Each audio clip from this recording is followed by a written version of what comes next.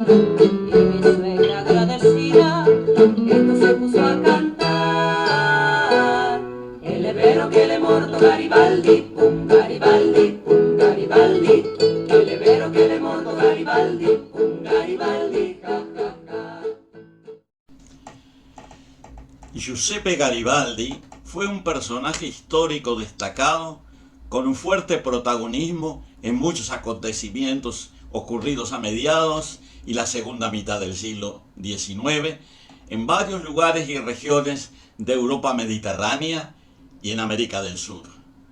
Sobre todo se resalta su aporte fundamental en los procesos políticos que llevaron a la unificación de las diferentes regiones de la península italiana y sus alrededores.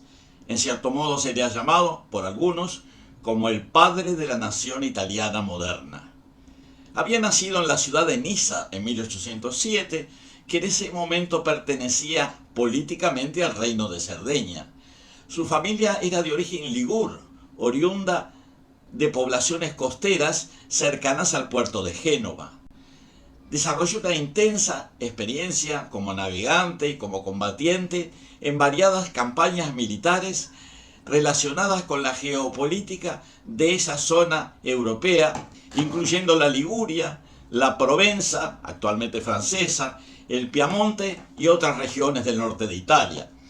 Garibaldi se hizo partidario del nacionalista genovés Giuseppe Mazzini y del nacionalismo republicano del movimiento Joven Italia. Luego se distanció de Mazzini y se alió pragmáticamente con el monárquico Camilo de Cavour y el reino de Cerdeña en la lucha por la independencia, subordinando sus ideales republicanos a las ideas nacionalistas. En 1835, tras participar en un levantamiento en Piamonte, fue condenado a muerte, pero escapó y se embarcó hacia Sudamérica. Y mi suegra agradecida, esto se puso a cantar. El levero que le morto Garibaldi, pum Garibaldi, pum Garibaldi. El levero que le morto Garibaldi, pum Garibaldi, ja ja ja. Al principio se dirigió al sur de Brasil, en el estado de Río Grande do Sul, donde habría de utilizar su experiencia como combatiente en una revolución que allí se había desencadenado contra el gobierno imperial brasileño de don Pedro I. En uno de los combates de la revolución riograndense, tomó, junto al general David Canavarro, la ciudad portuaria de Laguna, en el estado de Santa Catarina, lo que facilitó en ese momento la creación de la llamada República Juliana en 1839.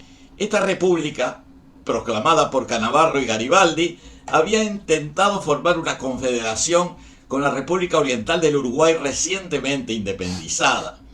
Tal vez por esa razón, en el año 1841, viajó a la ciudad de Montevideo, capital de la República Oriental, que entonces estaba en poder de un gobierno colorado unitario, liderado por Fructuoso Rivera, y que estaba en guerra con las fuerzas federales aliadas del Partido Blanco de Manuel Oribe y del gobernador de Buenos Aires, Juan Manuel de Rosas.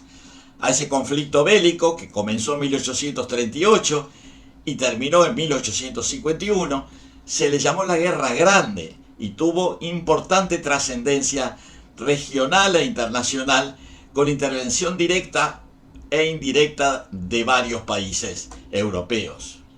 Hacemos notar que Garibaldi en sus memorias a la República Oriental del Uruguay la llama la República de Montevideo. Como decía, Garibaldi llegó a Montevideo en plena Guerra Grande en 1841. Se radicó en Montevideo, donde además de su actividad revolucionaria, participaba en la logia masónica Les Amis de la Patrie y daba clases de matemáticas.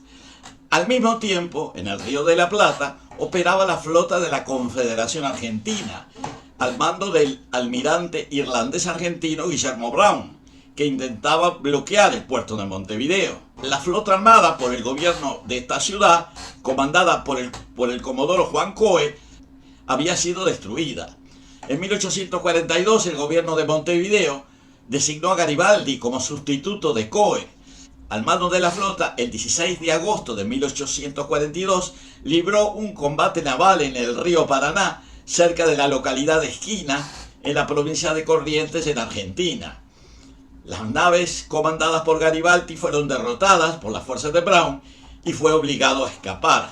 Vuelto a Montevideo en 1843 y establecido por Oribe el sitio de Montevideo, que habría de prolongarse hasta 1851, Garibaldi organizó una unidad militar que fue denominada la Legión Italiana, al frente de la cual se puso al servicio del gobierno de Montevideo, conocido históricamente como el Gobierno de la Defensa. Entre las acciones militares en que participó Garibaldi, al frente de su Legión Italiana, se destaca la que tuvo lugar en las afueras de la muralla de Montevideo, llamada Combate de Tres Cruces, por haberse realizado en el paraje, así denominado el 17 de noviembre de 1843. Señalo como anécdota familiar que en ese momento, en plena guerra, migró a Montevideo mi tatarabuelo genovés Antonio Giudice en su propia goleta, probablemente para apoyar a Garibaldi. Al mismo tiempo, un grupo de inmigrantes franceses fundaron en Montevideo la logia Les Enfants du Nouveau Monde, de la cual se derivaría, en 1844, otra logia llamada Les Amis de la Patrie, y allí se incorporó Garibaldi. Todavía hoy, en el interior del Palacio Masónico de la Gran Logia del Uruguay, hay una placa con la leyenda La Masonería Uruguaya a José Garibaldi, fechada el 4 de julio de 1907. Esta logia funcionó hasta 1937. En 1845, embarcado en una nueva flotilla de una veintena de naves con unos 900 hombres de tropa para desembarco y contando con el amparo de las escuadras de Francia e Inglaterra, pudo ocupar en abril de 1845 la ciudad de Colonia, ocasión en que se denunciaron saqueos por parte de los soldados anglo-franceses y de los propios combatientes garibaldinos que realizaron en la ciudad ocupada. En septiembre de 1845 tomó la isla de Martín García, defendida por la Confederación, y la ciudad de Gualeguaychú, de la provincia de Entre Ríos, donde también tuvieron lugar saqueos a la población.